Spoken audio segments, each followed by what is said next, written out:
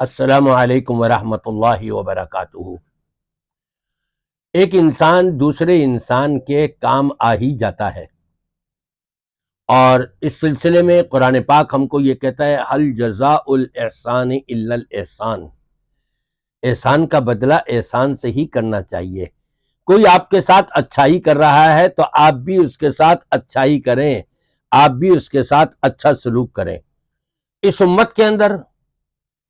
نبی پاک صلی اللہ علیہ وسلم پر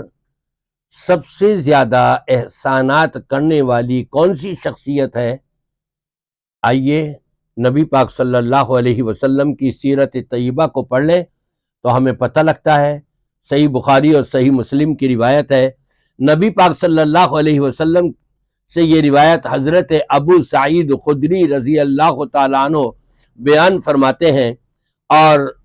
کہتے ہیں کہ نبی پاک صلی اللہ علیہ وسلم کا ارشاد تھا کہ تمام لوگوں میں رفاقت اور مالی لحاظ سے حضرت ابو بکر صدیق رضی اللہ تعالی عنہ کے مجھ پر بہت زیادہ احسانات ہیں۔ آپ نے فرمایا میں نے سب کے، ایک اور روایت کے مطابق میں سب کے احسانات اتار دیے ہیں، ابو بکر کے احسان کا بدلہ رب تبارک و تعالی روز قیامت عطا فرمائے گا۔ اور پھر آپ ساتھ ساتھ یہ بھی فرماتے ہیں کہ مسجد نبوی میں کھلنے والے لوگوں کی کھڑکیاں اور دروازے سب بند کر دیے جائیں الا خوخۃ ابا بکر، لیکن ابو بکر کی کھڑکی جو ہے بند نہیں ہوگی، وہ مسجد کی طرف کھلتی رہے گی، ان کا دروازہ بند نہیں ہوگا۔ اور پھر آپ نے یہ بھی فرمایا،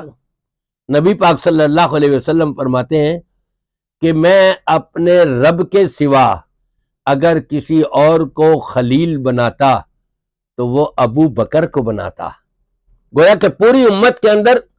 جو مقام ابو بکر کو اللہ نے اور رسول پاک صلی اللہ علیہ وسلم نے دیا ہے، وہ کسی اور کا مقام نہیں۔ اور اسی چیز کو ایک روایت کے مطابق، صحیح مسلم کی روایت کے مطابق،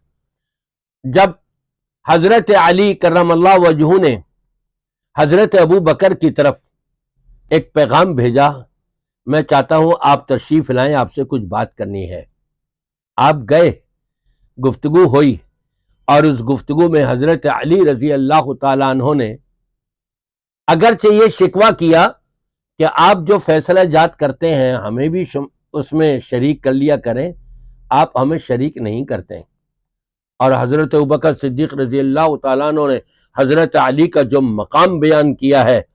اور جو ان کی فضیلتیں بیان کی ہیں، وہ سن کر کے حضرت علی رضی اللہ تعالیٰ عنہ کہنے لگے، امت کے اندر آپ کو جو فضیلت ہے وہ اور کسی کو نہیں، میں